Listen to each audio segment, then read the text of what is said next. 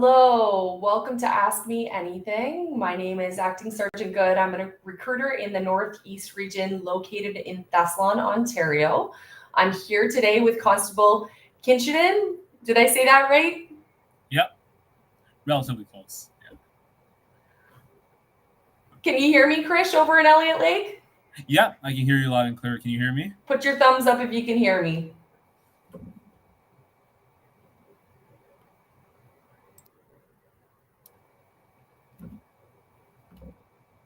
Looks like we might be having some tough technical difficulties up in Elliott Lake right now.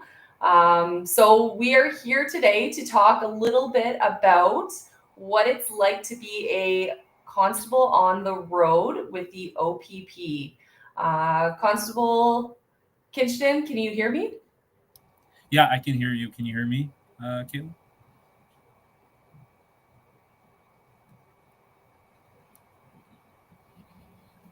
So we'll talk a little bit about what it's like to be on the road as a officer with the OPP. I know a lot of you have tuned in over the past few weeks, months, and you've heard that I started off my career down south on the Highway Safety Division, and then moved my way up to Northern Ontario.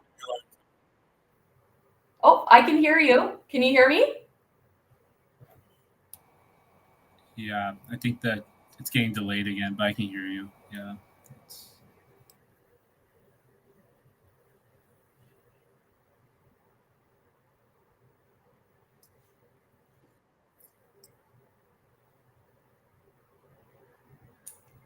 Hey, Krish up in Elliott Lake, can you hear me now? Yeah, I can hear you. Awesome. Looks like our technical difficulties have disappeared. So, could you tell us a little bit about yourself, where you come from, where you're currently policing, and what it's like to be a police officer up in Elliott Lake, the East Algoma Detachment? Yeah, so I'm originally from the GTA area. Grew up in Jane and Finch, to be exact. Um, I'm close to have about close to 3 years on the job now. Elliott Lake, for those of you who aren't aware, is between Sault Ste. Marie and Sudbury. Small little town located just off of Highway 108, 10,000, 11,000 people around there. Um, I initially wanted to work in the GTA area. I got put up here, and I will admit, blessing in disguise. I love it up here. Um, Day in the life up here is very unique. It is a retirement living where I work, but you get all sorts of calls for service here. But just to start off a normal day of policing, you sign on. Um, you usually talk with the outgoing shift. So, for example, I came in for my day shift today. Night shift is exiting. They're getting geared down. We talk to them. We say, hey, is there anything left over? Anything we need to follow up with? If not, we sign in. We get our cars. We get our call sign.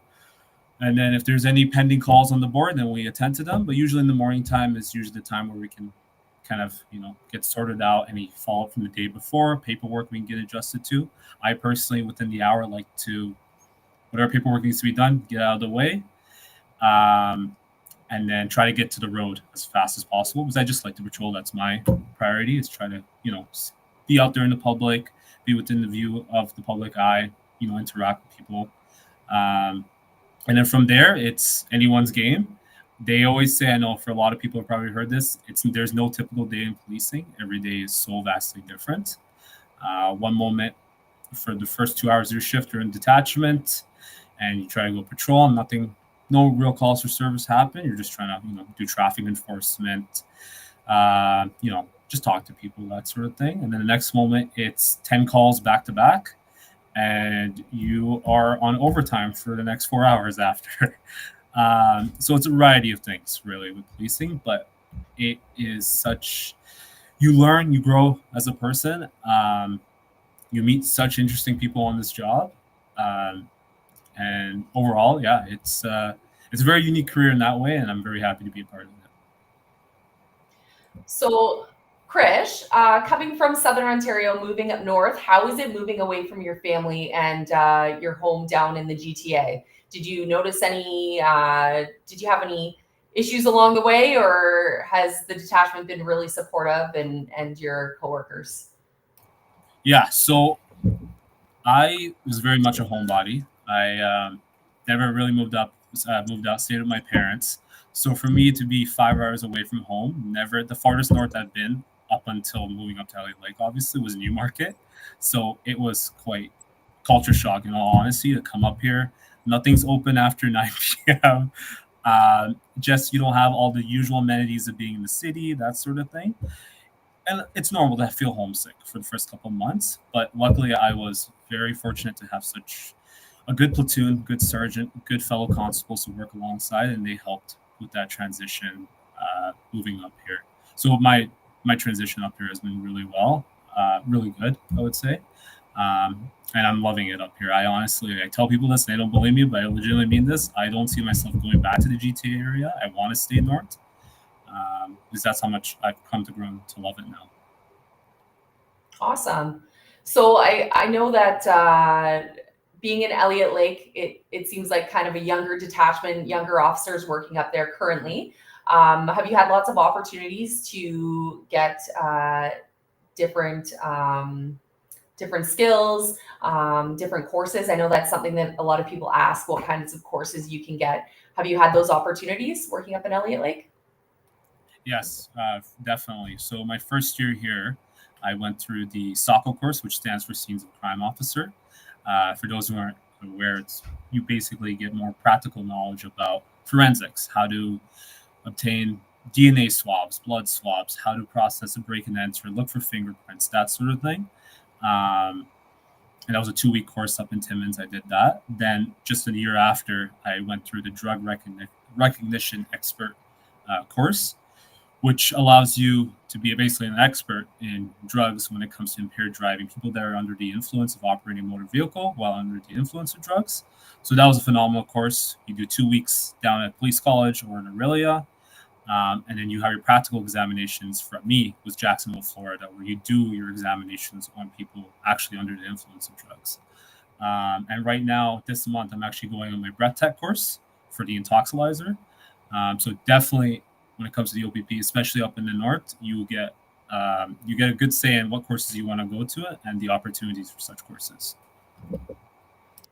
So, what was the hardest thing for you going from the south to the north, moving away from your family?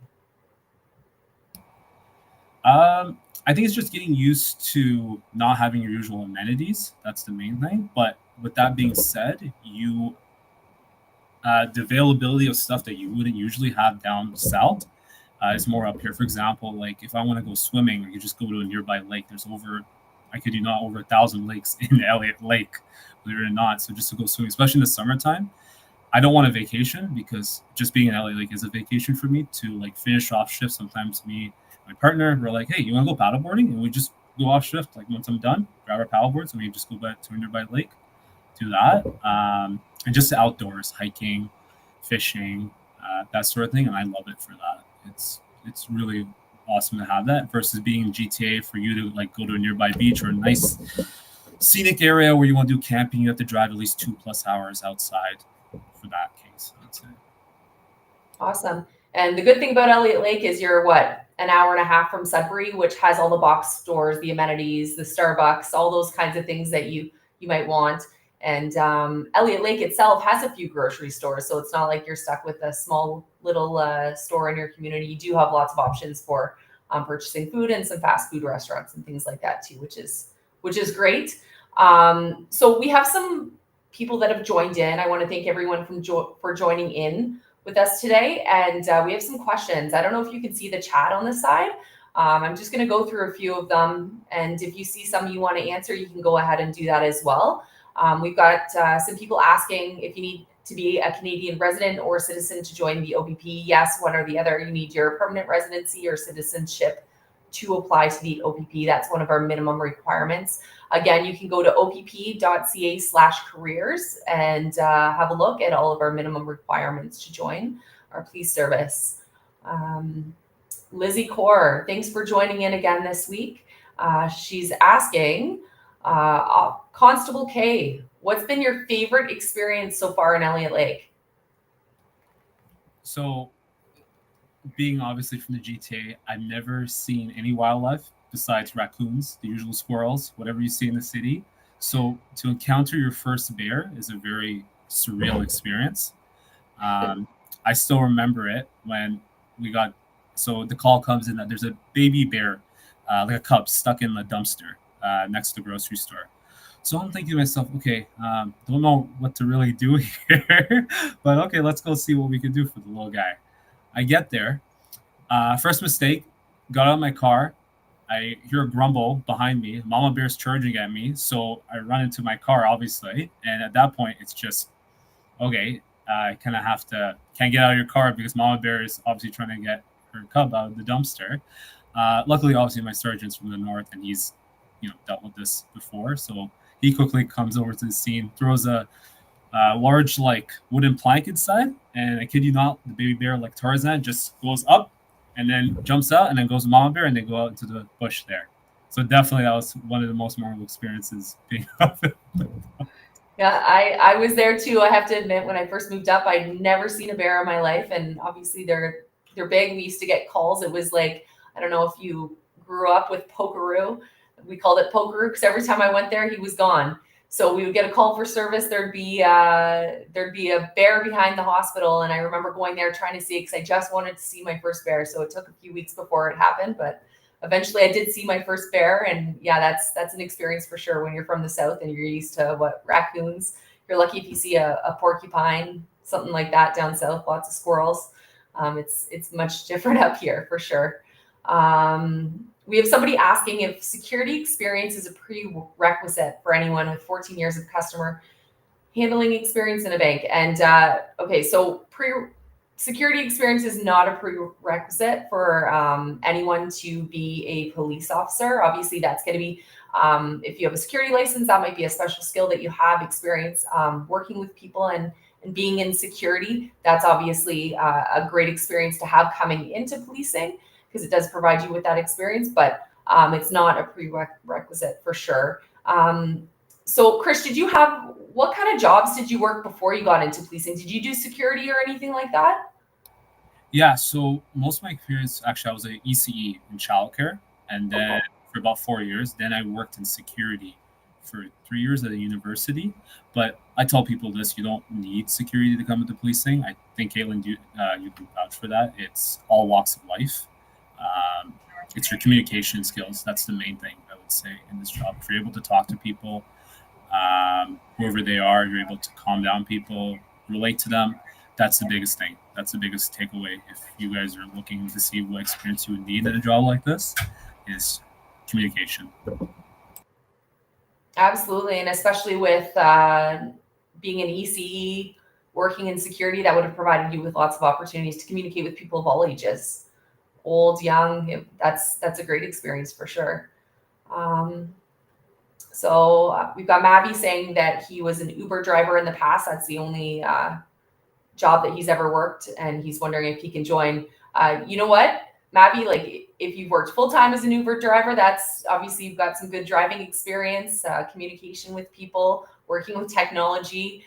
So those are some good experiences. We're obviously going to look at your past employment and speak to anyone that you've ever worked for or with. So as long as we can contact people in there, again, maybe you have a lot of community service. It just depends on what your background is, but absolutely, if you've been working full time and yeah, as long as you've been working and we can see that you've had a job in the past, that's obviously something that we would look at. Do you see any questions on the side there that you want to answer? You can just scroll up. Yeah.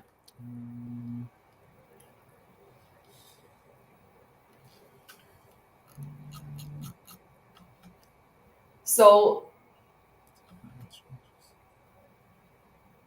Yeah, I'm seeing a lot of I know questions. that Um, there's a lot of questions on there for sure, and I know a lot of people. The main thing is they want to know what we're doing day to day. So I know that we've spoken a little bit about every day is different.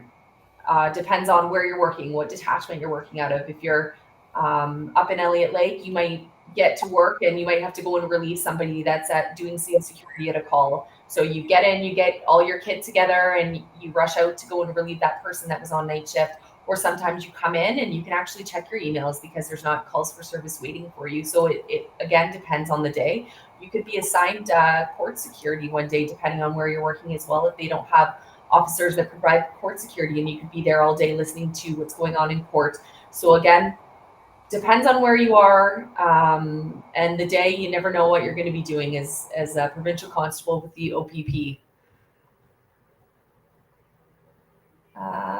We've got somebody asking how long it takes to get hired these days. Any changes recently? So what we regularly say is 2 to 4 months, start to finish for the process. That's kind of where we're at. Depends on when you put in your application as well.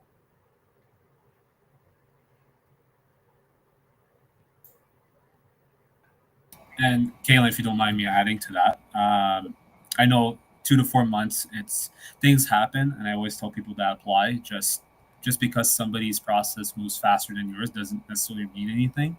It's just it's certain things that are happening in the background that just take time, more so compared to other applications, and it doesn't necessarily mean anything bad. I always tell people that just put your application in. Things take their time. Things will happen, and if you're going to be hired, you're going to be hired. That's what I tell people. Absolutely. Somebody's asking about the next shuttle run dates. So again, we're planning them right now in the background. We're starting to post some for this month. The ones for next month should be posted in the next few days to weeks. So it looks like our next shuttle run is posted for North Bay, and that's going to be June 24th. So have a look, opp.ca/careers at the very bottom. All of our upcoming events are posted. We also have one in Mitchell, Ontario, which is on the 27th of June, 2024.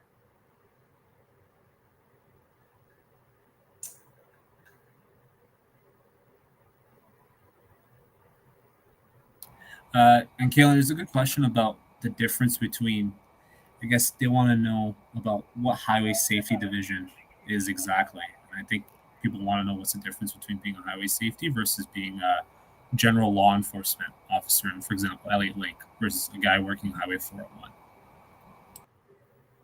Yeah, absolutely. So Highway Safety Division, it's one of our kind of like a region. So we've got Central Region, North, East, Northwest, West, East, Central, HSD, Highway Safety Division.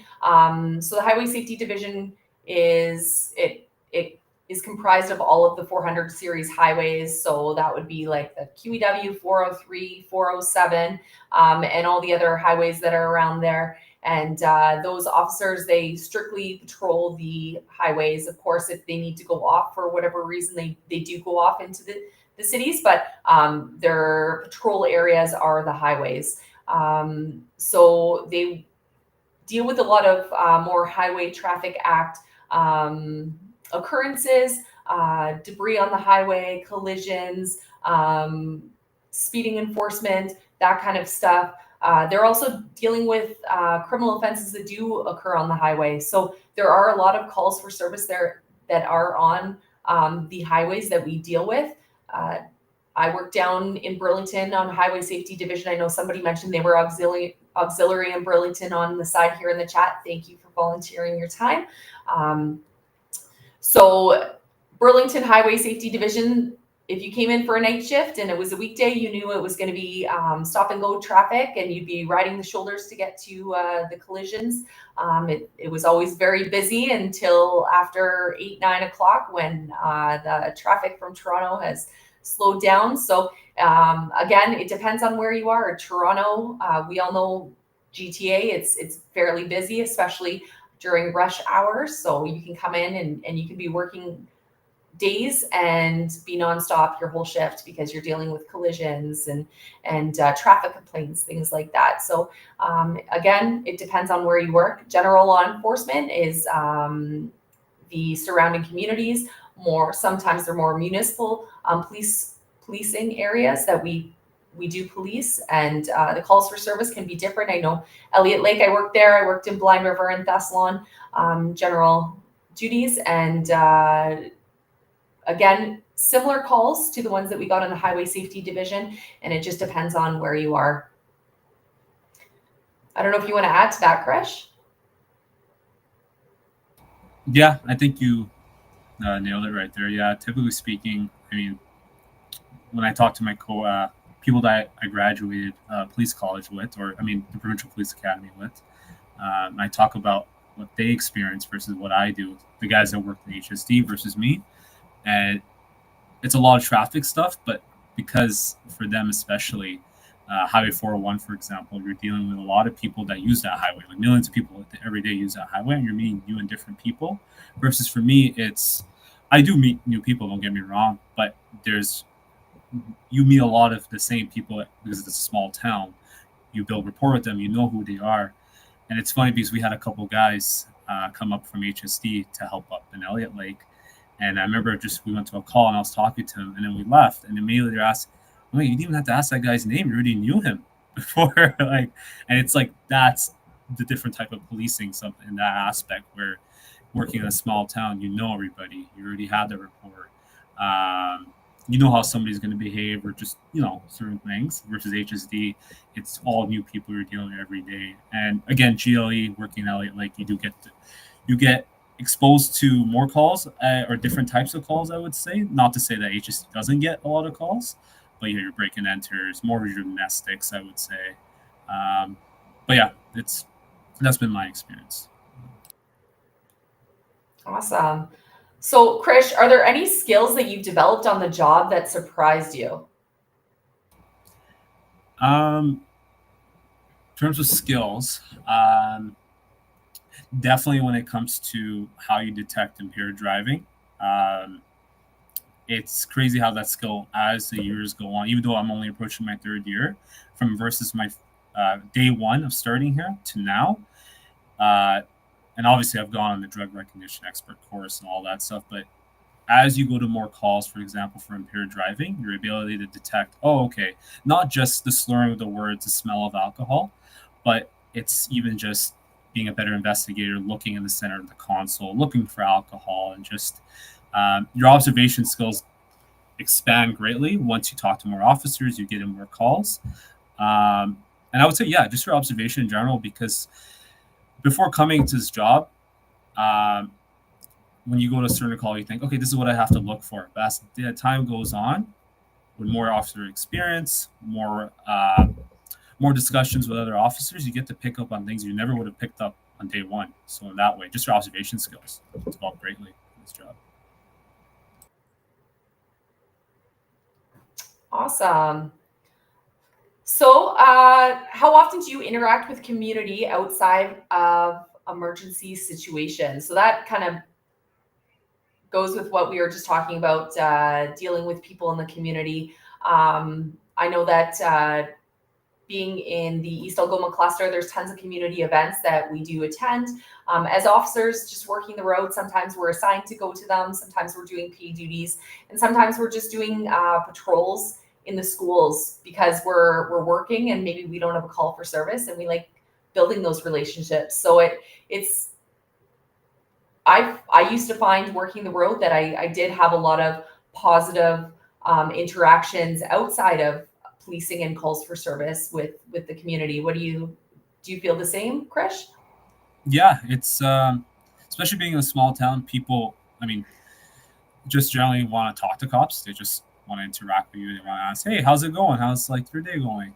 Especially when I go to pump gas, I'm always striking up a conversation with someone. Um, and it's nice. It's really nice when you get to find out what someone's going through in their lives or whatnot. But yeah, just I always tell people this: it's not just emergency situations where we engage with the public. It's just even just driving around. You see some kids on bikes, you go talk to them, that sort of thing. We do the positive ticketing program here as well, where we see kids with bikes. I go up to them and like, hey, good job on the bike, and give them a coupon for a free slush at the Kmart or something like that. But no, you strike up a lot of conversations with different people, and you learn a lot. It happens more often than you think, for sure, outside of emergency situations. Yeah. Awesome. I know there's a question here from Caitlin Tidwell. It says a deep question for you both. Did you ever have a moment in your training as a new officer where you doubted if this was really the right career for you, and how did you overcome that? And you know what? I'll answer that one first. So coming from a university program where I went to be a teacher. I had no experience in policing. I had a family member that was a police officer, so I knew a little bit about what it was about. I'd done some ride-alongs, but really you don't know until you're in it, until you're actually working the road. You don't know if this is really the right decision.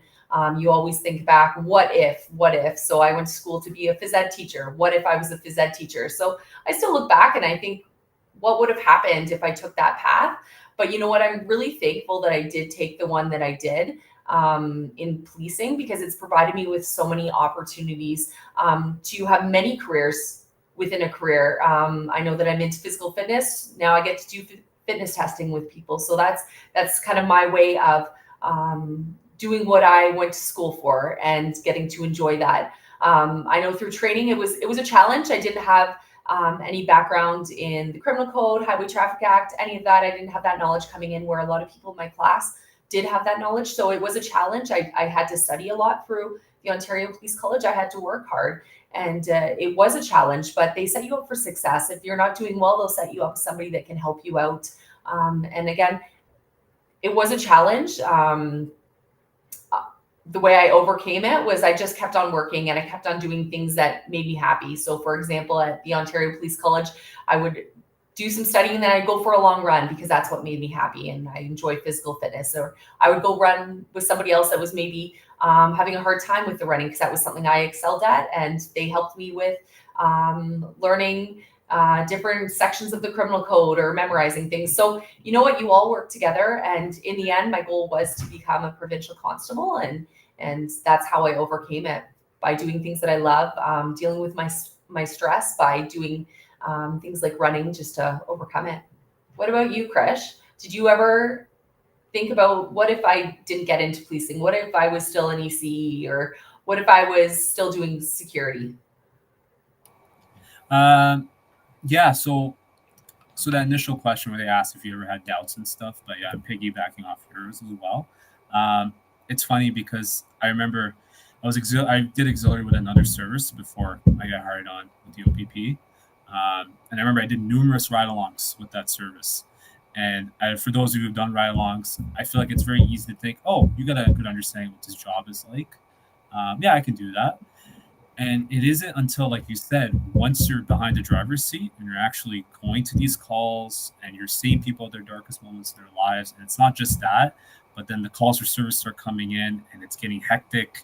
You barely caught up on your notes, your reports, and you're just trying to go from call to call. That's the moment where you're like, oh my God, this is more than I would have anticipated. But with that being said, it's very satisfying once you learn how to navigate those calls, once you learn to develop the skills to handle those calls appropriately, the good report writing, the note taking, how to effectively de-escalate someone who's in a state of crisis. In those moments, especially, I never had doubts. It was more like, oh my God, this is more than I signed up for, but happily so, in the sense that you really do, again, grow as a person, you grow as an officer, most importantly. Yeah, that's just where mine is at. Okay. So help me, Rhonda's asking, can you do your shuttle run before you make the first step through the application process, or do you have to wait until asked to do it?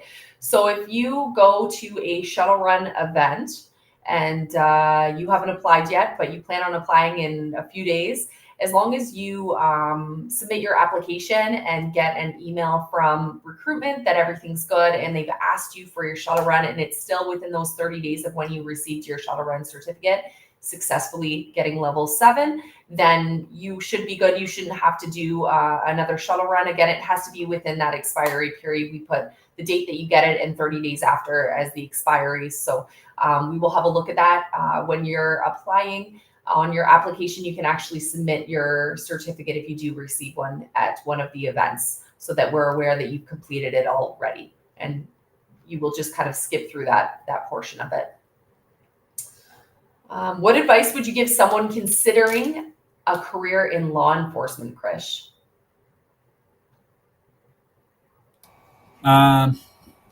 Definitely, before I got into this job, Again, you see a lot of trauma, to put it the best way. You see a lot of things that the everyday person won't see. Again, you will see more trauma in your lifetime than the average person that doesn't work in emergency services. What I would suggest, even before even considering coming into this career, is take care of yourself. Have things in place for yourself, even before. Like, do you have a good social support network? Are you able to deal with stress in a positive manner? Because like I need to address the elephant in the room. There are obviously people who've heard, first responders committing suicide, and with that being said, it's you gotta make sure that you again have those proper contingencies in place to take care of yourself even before coming to this job. So yeah, just positive ways to handle stress, because when the stress hits in this job, you got to make sure that you have the people that you can go to. You got the people in your corner that you can go to when times get tough. Um, but yeah, that's what I would suggest is just make sure that positive coping methods with stress. Definitely look into that and make sure that you're able to take care of yourselves before you can take care of others. I love that, Krish. That's awesome. So the OPP also has 100% coverage for psychological um, resources too. So that's huge as one of our benefits. We also have a healthy workplace team and tons of supports within our detachments that help people if they go to stressful situations. We've got peer supporters. So we do have things in place for officers that are working if they go to say a stressful call and somebody realizes, hey, I think this officer is really struggling. We do have supports in place for those people. And like I said, we do have clinicians that will come into our detachment and just be there to talk to us about events that happen. And we do things like debriefings as well for big events. I know if you go to calls that really affect you, some large calls, sometimes sudden deaths, things like that. We do debriefs amongst our detachments and members that were there, which are great. I don't know. Have you ever experienced anything like that where you've had supports from the OPP, Krish? Oh yeah, and the organization's been really phenomenal in terms of following up with you when you go through something very traumatic. Or we call it critical incidents, and it's right soon after they're checking in on you, and it's nice to know that people are looking after you and just making sure that you're okay to come to work. You have everything you need, and that way, I'm very grateful being in this organization that you're taken care of in that regard. So we've got some people here asking about if you get to choose the detachment that you want to go to. So on your application, you get a choice or you get a chance to put down 6 detachments that you would like to police at. We will look at those 6 detachments. They can be anywhere in the province. You can pick one from Northeast, Northwest, Central, East, West. Doesn't matter. You can pick detachments from anywhere you want and put those down. We try to get you one of your top 6. We will talk to you if you make it to the interview process. We will talk to you about why you've chosen those. Sometimes people will choose detachments all over just to show us that they're willing to police anywhere in the province. And that's something that we will talk to you about because we want to know if you're willing to go anywhere in the province because we have certain detachments that might need officers more than others. A lot of the time there's obviously a heavy population in the GTA, so we get a lot of applications from there and maybe not as much from the Northeast, Northwest. So it's a big deal for us to have people that are willing to go to the Northeast, Northwest where we may not have as many applications coming in. So Krish, when you applied to the OPP, did you choose Elliott Lake as one of the detachments you wanted to go to? No. What happened was I think if I recall correctly, I think I put 2 HSDs detachments, one Aurelia, and I put Timmins because I was willing to go anywhere. And I forgot the last one, but yeah, so it wasn't on my list, but at the same time, I did propose like I'm willing to go anywhere, and it worked out for the best. No. That's awesome. So Robert's also saying that the OPP does the same for our civilian auxiliary special constable members with mental health. Yeah, there's great supports with mental health. Obviously, that's number one. Krish explained it really well. We see a lot of things, whether we're working on the road or working at the detachment, special constable auxiliary. When you're working as a police officer, you can be involved from the detachment with critical incidents, and you never know what it might affect you. So it's great that we do have these supports for all of our members. Samuel's asking how long the OPP will be hiring large numbers. As long as we need to. So we have large classes.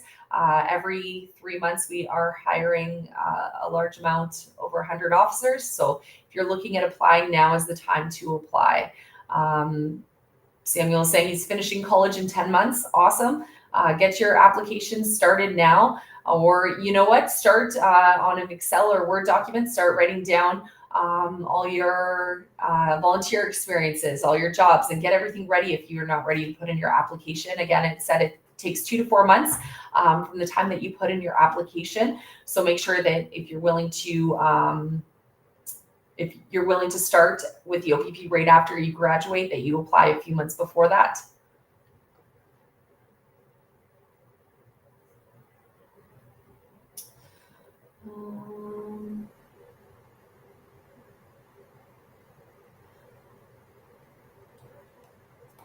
So yeah. go ahead. Sorry. Oh, yeah, no, there's a really good question from Jimmy. What other stuff do you guys do aside from keeping the road safe and doing traffic stops? Do you guys do any criminal investigations? So it's funny because I feel like people have this preconceived notion that being Ontario Provincial Police, all we do is traffic, highway, tickets, which is not the case, especially if you work in the general law enforcement detachment like LA Lake or Aurelia, that sort of thing. And when it comes to criminal investigations, for example, like when I go to a break and enter, like I'll do my scenes of crime processing of the scene, get your evidence, you go, you look for witnesses, you get the security footage, you look at the security footage, you send out a BOLO email or just an email to your fellow officers to see if we can identify who this person is. You go and talk to people, you get statements. And then when you find out who the suspect may be, then you have to do an accused statement. And then and when you end up finally charging the guy, you have to compile that brief. We call it the Crown brief. But yeah, it's a lot of criminal investigations up here, and we do a lot of follow-up in regards to criminal investigations. So that's the one thing, especially I always tell people, when you come to the North, you do everything up here. And with that, you gain a lot of experience. You understand the ins and outs when it comes to investigating crime. Yeah, that's so true. You do things start to finish. You do the call, you do the investigation, you do the arrest, you do the brief. A lot of other detachments or other Southern Ontario police forces, sometimes you will arrest the person, bring them to the detachment, and hand over your notes, and you're done. That's the one thing that I've really noticed about coming up north, that there's lots of opportunities to gain knowledge on how to do a thorough investigation, how to submit briefs, because you have the time versus sometimes in Southern Ontario, you're called to call to call. You don't have those opportunities to do things start to finish. But in the North, you get those opportunities, I find, a lot more. So somebody backers asking about their shuttle run. Send me an email at caitlin.good@opp.ca. You can see the spelling of my name on the screen there, and I will look into it for you. Somebody asking about the psych assessment and any tips. Get a good sleep the night before. It might be 1 day, might be 2 days, just depends on timing and everything. So make sure that you get a good sleep the night before. Really, there's nothing that you can do to prepare other than making sure you're well rested, and that's about it. Do you remember doing your psych test, Krish? I know we can't talk about exactly what's on it, but do you have any suggestions for anyone that does it? The best suggestion I would give, believe it or not, is don't talk to other people, because it will make you even more anxious when you talk to other people. And I know people do it where they talk to other people and ask them, hey, what was in your psych? What questions did they ask you? It doesn't matter, because the psych is centered around you as a person. So the best person that's obviously going to answer those questions is you. So just get your, like Caitlin said, just get a good night's sleep. Don't overthink it, and just go into it. Don't even worry about what other people went through. That's what I would suggest. Awesome. So Ravi is asking how to prepare for the local focus interview. Um, you know what? Practice with somebody else. I suggest that you review your application. We're only going to ask you about yourself. Really, there's no tricks, no tips really, other than review all your stuff that you have on your resume. Maybe talk to somebody else about yourself. Have a friend that you can kind of talk about those 10 areas and where you're at. So for example, your fitness, what you've been doing day to day, things like that. Jobs that you've had in the past, talk about them, talk about people that you worked with. Just practice articulating yourself with somebody else so that you're comfortable talking about yourself, because a lot of people feel awkward talking about themselves and talking about things they've done, maybe opportunities they've had in the past with their career. So you've got to get used to talking about yourself. I saw earlier, I can't seem to find it right now, but somebody was asking about how you can prepare for the fitness testing. So through the application process, the only thing that you need to submit fitness wise is obviously your fitness logs, but the only test that we have you complete is getting that level 7 on the shuttle run. The best way to be successful is practicing. So you can set that up anywhere at any time, inside, outside.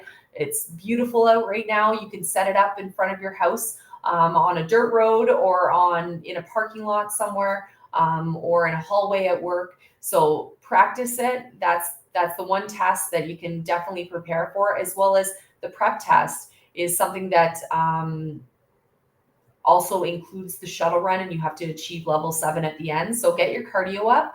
As long as you're able to pass that level 7, you should be able to successfully pass that prep test. The pin test is something that we actually have listed on our fitness logs. Have a look at our fitness logs. We want to see that you're consistently doing the pin test. You can consistently get 75% on that pin test. So have a look at all the components of it. And you can look at our reach videos to get suggestions as well on how to do these different components of it. But make sure that you're including all of your physical fitness on your fitness logs, and you should be successful in the end at the Ontario Police College. Krish, how did you prepare yourself physically for the Provincial Police Academy and Ontario Police College? Yeah, so I always tell people the fitness is doable. Coming from somebody, I had to go through like major weight loss for this. I was 260 pounds. I dropped like 60 pounds within like the year for me to just be a better runner. And I always tell people just run. Running is run, and you will hate it at first, but you run so much that you'll eventually love it. That's what I tell people. But what I did was lots of cardio, lots of functional training. So kettlebell stuff that helps a lot. Obviously, go do your strength training, your leg, your chest, shoulders, that sort of thing. But cardio is something I tell people just try to put that as a priority, because a lot of the points, I guess you could say, from the pin come from the shuttle run slash 2.5 kilometer run. If I'm correct, is it 2.5? Yeah, 2.5 kilometer run. But yeah, just keep at it, be consistent, be good with your recovery. And yeah, you'll have no trouble getting there. So somebody's asking about the interviews with the OPP. Yep, as of right now, they are still online. So your local focus interview is online. You don't have to worry about traveling anywhere for it. It's from either behind a computer or phone, whatever you choose to use for it. Okay, you know what? We'll take one more question, Krish. We're reaching that time of the day. So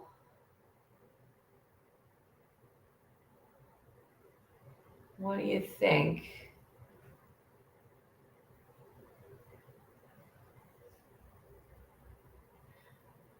So we have somebody asking about volunteer experience. and what to kind of include in your application. So I've mentioned it before, volunteering is very important. We want to see that you are involved in your community and that you are an active member in your community. So put down anything at all that you are doing to help your community, whether that's taking care of someone's children that's a neighbor that just needs you to watch them while they run to the grocery store so they don't have to bring their young children to the grocery store, whether that's helping or donating blood, whether that's shoveling a neighbor's driveway, whether that's getting involved in an organization like the Special Olympics and helping coach teams. There's tons of opportunities in the communities that you live in that you can get involved. You don't need something formal. Again, it can be informal volunteer experience. It doesn't have to be something formal. Krish, volunteering, what kinds of things did you do before you got on with the OPP? Yeah, so I did before I applied. I was volunteering with this is back at the Markham Stouffville Hospital in the GTA area. They have sick kids has like a NICU unit. So I was volunteering there. It's a Ronald McDonald House. That's what I was doing. So I was volunteering there. I also did Big Brothers Big Sisters, and then I also volunteered at Devon Community Health Center as basically who's running. I helped run a program for elderly people on how to use technology better, basically. So it was just three things, but it was consistency and the quality of it that is the main thing I would say to people. It doesn't matter how much, as long as you are consistently engaging with your community in a positive manner. I think that's the best thing, and I think that's what we're looking for as as Caitlin's recruiter is looking for in the OPP. That you're contributing to your community in a positive way. And yeah, we've got somebody saying the auxiliary program is a great way to get involved. It gives you great experience on the job to get involved with the OPP and show us that you would be a great employee and somebody that we would want to hire. So it's a great experience. You get your volunteer experience. You get to meet officers, see if it's really what you want to do. So that is a great experience. Thank you for including that. So again, I want to thank you everyone for joining in this week. I hope we answered all your questions. Again, join us 2 weeks from now when we do our next Ask Me Anything. And I want to thank you, Krish, for joining us from up in Elliott Lake today. I hope everyone has a great afternoon.